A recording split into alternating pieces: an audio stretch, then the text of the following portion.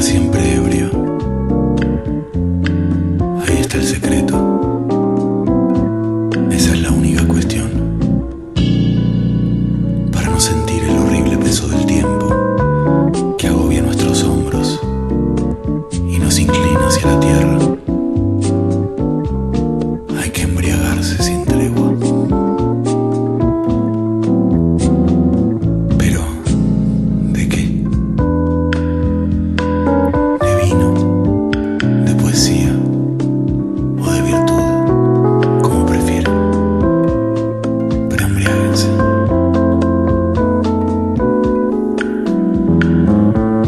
Y si a veces, en las escalinatas de un palacio, sobre la verde hierba de un foso, o en la monótona soledad de su cuarto, se despiertan con la ebriedad ya atenuada o desaparecida, pregúntenle al viento, a la ola, a la estrella, al pájaro, al reloj, a todo lo que huye, a todo lo que gime, a todo lo que rueda, a todo lo que canta, a todo lo que habla. Pregúntenle qué hora es. Y el viento, la ola, la estrella, el pájaro, el reloj, le responderán: es hora de embriagarse, para no ser esclavos martirizados por el tiempo. Embriáguense sin cesar, de vino, de poesía o de virtud, como prefieran.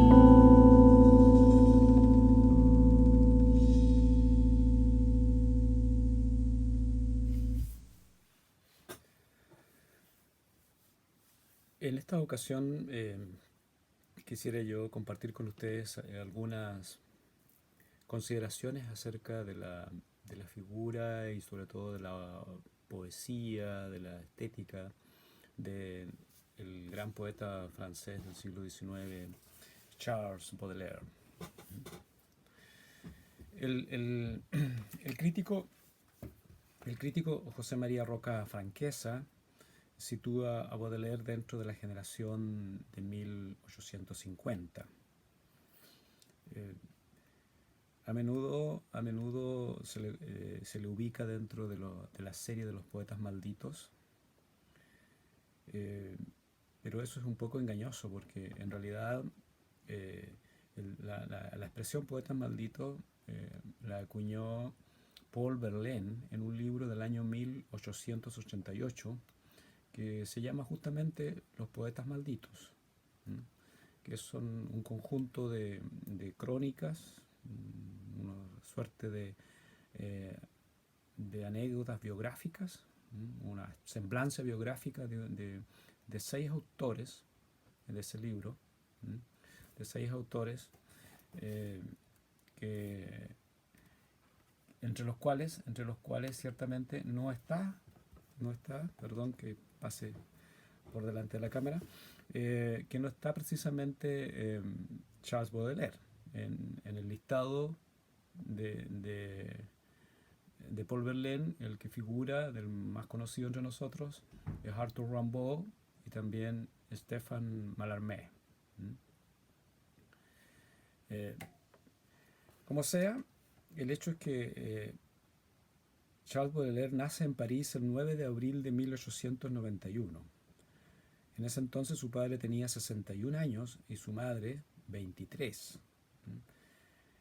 En 1827, cuando el niño tenía solamente 6 años, pierde a su padre. Y al año siguiente, su madre se casa con un coronel. Su madre se llamaba Carolina Dufay, podría ser. La pronunciación, me disculpan, mi francés es muy malo. No existe en realidad mi francés. El hecho es que a partir de 1828 establece una complicada convivencia con quien sería su padrastro.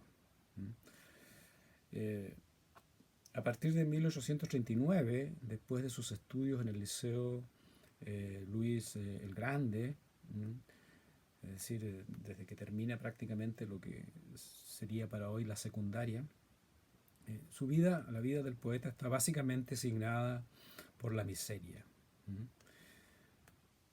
No le fue bien en la vida desde el punto de vista económico. Siempre vivió con muchísimas dificultades hasta el final de sus días. Las Flores del Mal, considerada su obra capital en materia de poesía, comienza a escribirla hacia el año 1841 y se publica en el año 1857. Es decir, estuvo bastante más de una década trabajando en ese libro hasta que se publica finalmente en el año 1857, como decía. Y fallece el 31 de agosto de 1867. El 31 de agosto, entonces, de 1867 es la fecha en que fallece nuestro poeta Charles Baudelaire. En esta ocasión no quisiera hablar tanto de su poesía, sino de algunas ideas que son determinantes en la poética de Charles Baudelaire. Para el poeta de las Flores del Mal, el genio artístico se distingue del que no lo es precisamente porque en vez de copiar la realidad, la interpreta, la imagina, la valora espiritualmente.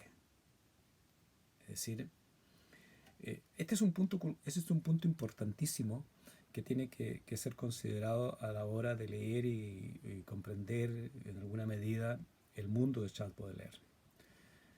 Baudelaire le da una enorme importancia a la imaginación. Considera a la imaginación como la facultad reina dentro de la mente humana. Y lo que debe hacer un artista, el genio artístico, como él dice, es justamente no copiar la naturaleza, sino añadirle o interpretarla, si ustedes quieren, o construir una imagen del mundo que supere a lo que él considera que es la copia de la realidad. Se trata finalmente de valorar la realidad espiritualmente, y para eso la imaginación es el motor principal, el alimento esencial de la escritura poética. El gusto excesivo de lo verdadero, dice, tan noble cuando se limita a sus verdaderas aplicaciones, ahoga el gusto de lo bello. Para Charles Baudelaire, entonces, la imaginación es, comillas, la reina de las facultades, porque sólo ella, dice, comprende la analogía universal o la correspondencia entre realidades, entre dimensiones diferentes del existir, entiéndase. Esto es muy importante de entender porque entonces encontramos en la poesía de Baudelaire, en sus escritos, en prosa también, una obsesión, no sé si la palabra sea exacta, pero pero voy a describirla de esa forma, una obsesión por la belleza, por la belleza. Y ve Baudelaire que el poeta es, de algún modo u otro, el que tiene la responsabilidad de conseguir, de generar acciones en la vida y en el lenguaje, en el caso del poeta con el lenguaje, para alcanzar esa belleza. Una belleza que en cierto sentido es inalcanzable a la vez.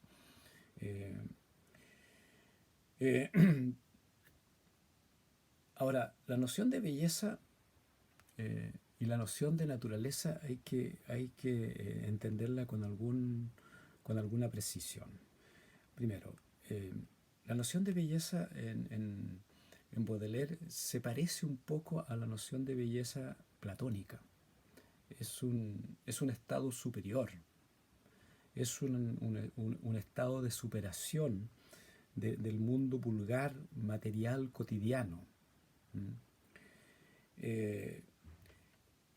Por otro lado, la naturaleza no se entienda como paisaje, no se entienda como ríos, como cielos, nubes, sino que entiéndase como aquellas condicionantes que la vida cotidiana, vulgar, corriente, incluyendo las exigencias que nos impone la biología,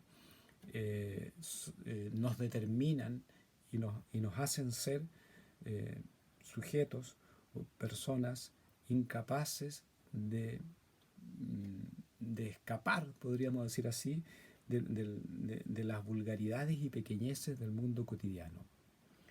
El mundo cotidiano que para Charles Baudelaire no es justamente un mundo agradable. Para Baudelaire el mundo cotidiano es esencialmente el mundo de la ciudad, el mundo del París del siglo XIX, que como expresión metonímica del progreso de los tiempos modernos representa justamente la decadencia de la moral.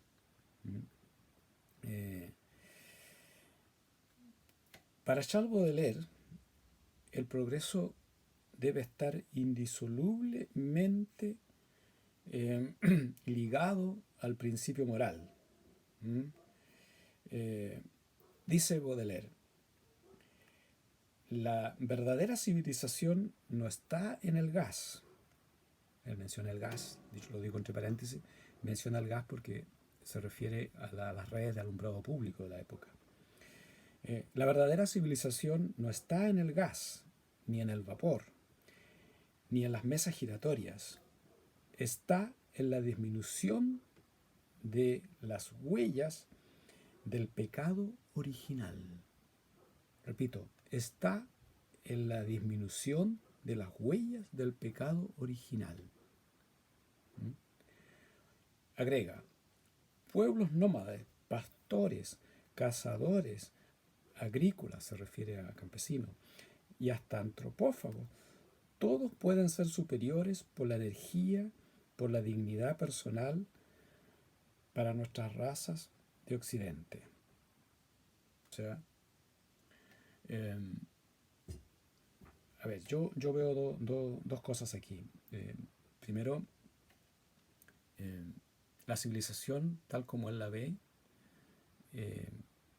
está muy lejos de ser una instancia de superación del pecado original. Volveré sobre este punto un rato más. Lo segundo, los llamados pueblos primitivos pueden ser perfectamente superiores al mundo o a los modernos, a los civilizados occidentales. Ve en ellos una energía vital superior a la energía de la civilización occidental citadina, porque hay que entender que él está haciendo una consideración sobre la civilización teniendo como referencia inmediata París, el París del siglo XIX, el París de 1850, que estaba en un momento de grandes transformaciones. Hay un punto que es crucial también para entender el mundo de Baudelaire. Eh, Baudelaire es un poeta esencialmente religioso, aunque no lo parezca, aunque a primera vista pueda parecer un poeta eh, que toca temas como la miseria, el satanismo. Sin embargo, él es esencialmente un poeta religioso. Eh, Parte de la convicción de que el género humano eh, nace en el pecado original. Es decir, estamos afectados por el pecado original, todos los seres humanos. ¿Mm? Y a su manera de mirar el mundo, lo que debiera ser una civilización sana es, de alguna manera, generar las condiciones para ir superando ese pecado original. El pecado original que se manifiesta en el vicio, que se manifiesta en la degradación moral, que se manifiesta en la decadencia espiritual, que se manifiesta en el desprecio al poeta, en el desprecio a la poesía, en las prácticas vulgares, decadentes de la mayoría de la gente, de la gente que no sabe apreciar la belleza, no la busca, que se limita a una vida sórdida, cotidiana, como él observaba en sus paseos por las calles de París. El mundo prostibulario, por ejemplo, los borrachos, la gente que está hundida en su propia autodestrucción o en su insensibilidad burguesa. Eso para Baudelaire es detestable, vamos a decirlo así. Son manifestaciones del mal en última instancia. La tragedia del poeta moderno, tal como Baudelaire lo ve, es que las ansias de belleza nunca llegan a ser absolutamente satisfechas, dado que la belleza, la belleza con mayúscula, como él la escribe, está en las nubes, está más allá de nuestro devenir cotidiano. El poeta puede vivir momentos de comunión con la belleza, ¿no? Como en el poema El Albatros, donde el poeta se remonta a las nubes y se convierte en un ser bello y majestuoso. Pero en cuanto baja a tierra, en este caso a cubierta, esta ave tan bella y tan majestuosa se convierte en una ave torpe, que es el hazmerreír de los marinos, que se dedican a burlarse de ella y que le ponen una pipa en la boca para que fume como si fuese un humano, digamos, degradando su condición de belleza etérea, aérea, como lo representa él a través de la figura de Albatros en la poesía. Sin embargo,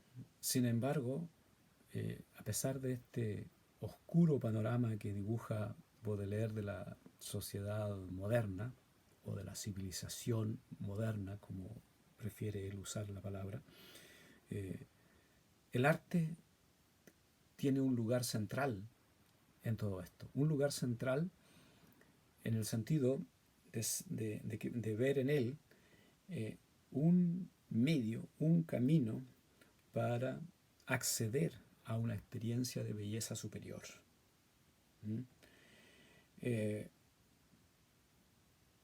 El bien, dice él, el bien es siempre producto de un arte. La idea platónica de la belleza asociada al bien aparece también en distintos momentos de los escritos de Baudelaire. El bien es siempre producto de un arte. Y el arte, dice, no es para imitar la naturaleza, ciertamente. La vida en su forma pura y necesaria que obliga a comer, a defecar, a vestirse, es, eh, es en sí una vida carente de belleza. Eh, el arte, el artista, léase el poeta, está llamado a eh, ascender, vamos a decirlo así, a una dimensión superior, de manera que esa belleza o esa realidad degradada se pueda experimentar como parte de una belleza superior. Pero eso es trabajo del artista, eso es trabajo de la imaginación. Eh, eh, según él, eh, tenemos los seres humanos un instinto de lo bello. Más allá de que no todos los seres humanos lo busquemos, renunciemos a ello. En este sentido dice, por este admirable, por este inmortal instinto de lo bello, consideramos la tierra y sus espectáculos como un trasunto, como una correspondencia del cielo, la sed insaciable de todo lo que existe más allá, velado por la vida, es la prueba más viviente de nuestra inmortalidad. Voy a repetirlo. La sed insaciable de todo lo que existe más allá de lo que de nuestra experiencia cotidiana, materialmente vulgar, digamos, velado por la vida, ese más allá velado por la vida, entiéndase por la vida diaria, es la prueba más viviente de nuestra inmortalidad.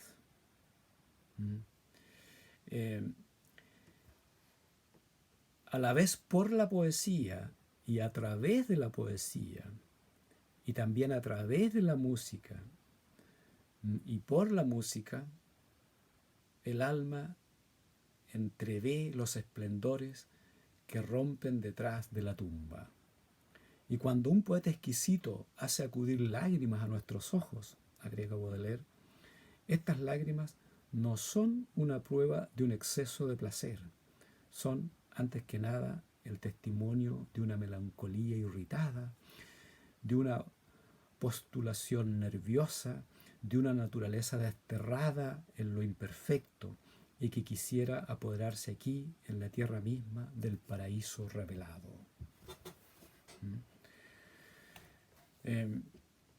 Baudelaire tiene la firme convicción de que el poeta moderno es un desterrado de su propia realidad, es un desterrado en su propio mundo. En cierto sentido, es un extranjero en su propio hogar. El hogar del poeta está en las nubes, por decirlo de una manera metafórica. Está en la belleza que el arte puede producir. Está en ir siempre más allá, traspasar las fronteras de esta vida hostil, cotidiana, vulgar. El poeta, agrega, en su lucha por conseguir la belleza, se enfrenta ante el vulgo, el público acostumbrado a vivir en el fango. Son palabras textuales de Baudelaire.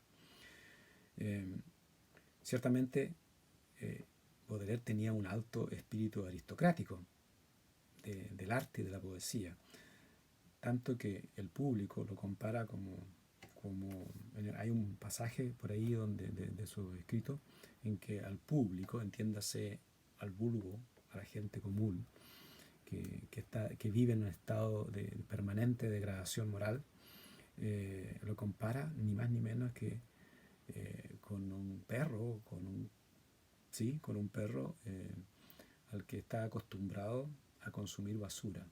Y entonces dice que a menudo lo que se elige, lo que se selecciona es la basura que se le da a ese perro. Esa es la imagen que de alguna manera él proyecta de la sociedad, de la cultura o la civilización moderna. En este mismo sentido, entonces, el poeta tiene una misión importante, que es conseguir belleza. hacer todo lo posible, hacer lo que esté a su alcance para que la belleza se convierta en una experiencia eh, reveladora, reveladora de un mundo superior. Eh, pero por otro lado, también el poeta es alguien que tiene que estar atento a su realidad material, porque finalmente vive en esta realidad material degradada y no se trata de escapar de ella, se trata de tratar con ella, trabajar en ella, leer, eh, la- la- el- la- leer las imágenes que el mundo nos está presentando a la conciencia. Y, y él dice en alguna parte por ahí que el universo visible es como un almacén de imágenes, ¿no? Bueno, ese almacén de imágenes eh, es la materia prima con la cual el poeta tiene que trabajar. Pero el trabajo implica el uso de la imaginación como facultad central, ¿m? Para darle un valor espiritual a este mundo huérfano de espiritualidad. ¿M? Entonces, de algún modo, de alguna manera, la poesía de Baudelaire se mueve en esta suerte de contradicción entre lo degradado, entre dar cuenta de lo degradado, de lo abyecto incluso, ¿m?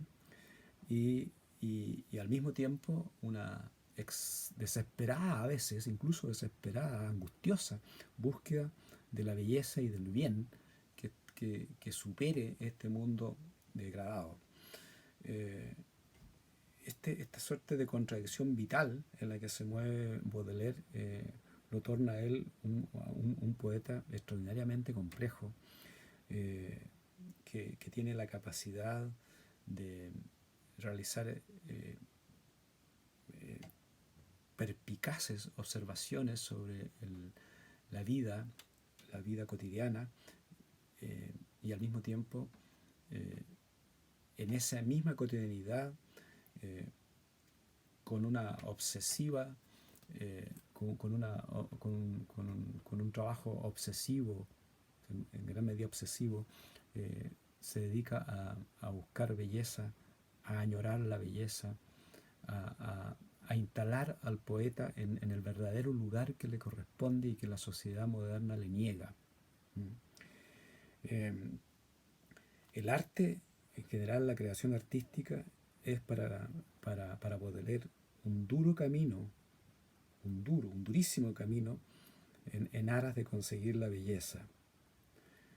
Y la belleza se consigue de varias maneras, digamos, con la creación artística, ciertamente, pero no solo con la creación artística, también con la crítica de arte, que equivale, la crítica de arte equivale a elucidar esa belleza, a hablar de ella, a entrar en ese mundo bello de la música, por ejemplo, o de la pintura. Recordemos que Baudelaire también fue un crítico de arte musical y de arte plástica. Tiene un libro sobre Delacroix, ¿m?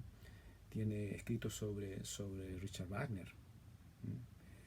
O sea, la crítica, el ensayo literario, el pensamiento sobre el arte, sobre la poesía, es también otra forma de acceder a a la belleza, o por lo menos tratar con ella. Baudelaire es un poeta de enorme importancia, tal vez uno de los más influyentes en los tiempos modernos y contemporáneos, eh, no solo en el campo de la literatura, también es un poeta que ha sido estudiado por la filosofía, por la teoría crítica. Es un poeta que no solo escribe poesía, sino que también escribió ensayos sobre arte, sobre música, escribió sobre la crítica misma, en cierto sentido, es también es un teórico sobre la crítica literaria. Es un poeta y es un pensador de la poesía, es un artista y es un pensador del arte, es un perpicaz observador de las escenas de la vida moderna. Muchas de sus observaciones siguen siendo vigentes siguen siendo hoy día leídas, más de un siglo después, siguen siendo extremadamente sugerentes.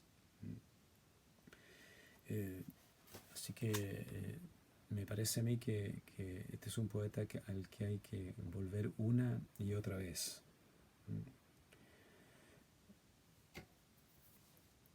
Los invito entonces a continuar leyendo a Charles Baudelaire y quitándole un poco las etiquetas que siempre se suelen poner en los acercamientos más comunes. Se habla mucho de Baudelaire como un poeta maldito, se hace mucha énfasis con su biografía, con su vida aparentemente licenciosa, en fin, con su consumo de opio, que en verdad, hasta donde se sabe, lo consumía más bien como por razones médicas, digamos, porque estaba para aminorar el dolor porque estaba enfermo de sífilis, según lo que se sabe. Se habla mucho de ese mundo un poco abyecto y se le atribuye a Baudelaire el mote de poeta maldito. Pero yo creo que yo no lo veo así, digamos. Francamente pienso que él no es un poeta que haya que verlo en ese escenario. Es un poeta muy idealista. Que es un poeta incluso con, con, con, con una que se inscribe su poética en una dimensión platónica evidente, ¿no? Es un poeta, pero a la vez, siendo un poeta muy idealista, es un poeta muy realista, que tiene la capacidad de mirar la realidad en sus formas más abyectas sin quitarle el bulto, digamos, a ese mundo hostil y degradado que efectivamente existía. Él lo está inventando, ese mundo de degradado, de prostitutas, de borrachos, de ebrios, de asesinos que encontramos, por ejemplo, en las flores del mal, no es un mundo inexistente, es real.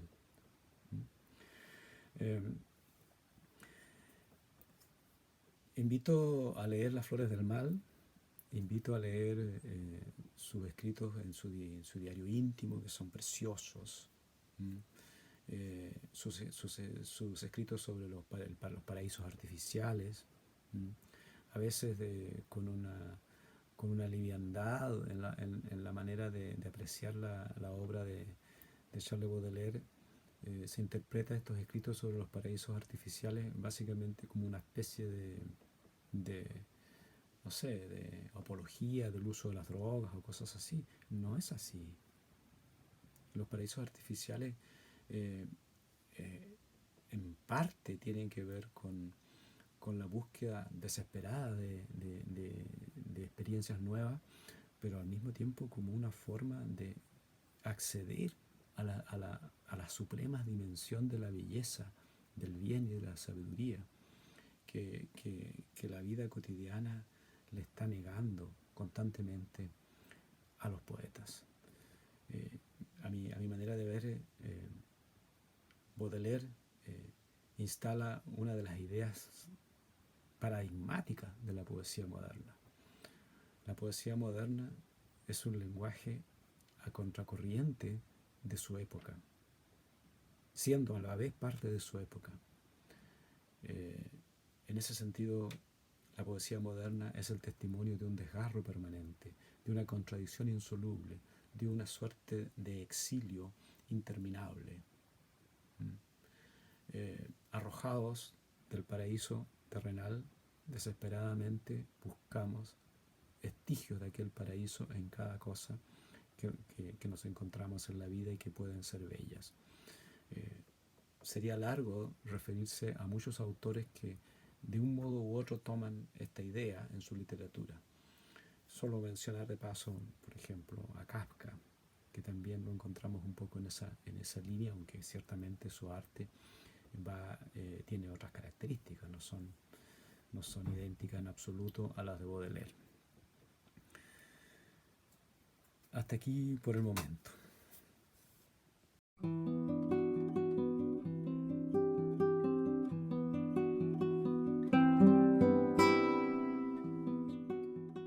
La rue assourdissante autour de moi hurlait.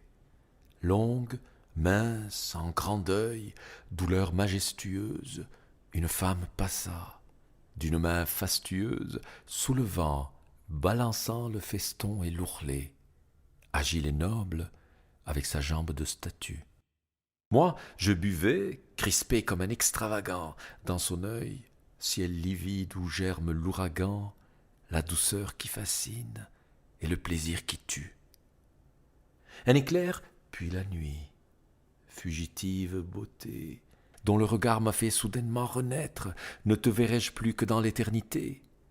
Ailleurs, bien loin d'ici, trop tard, jamais peut-être, car j'ignore où tu fuis. Tu ne sais où je vais, ô toi que j'eusse aimé, ô toi qui le savais.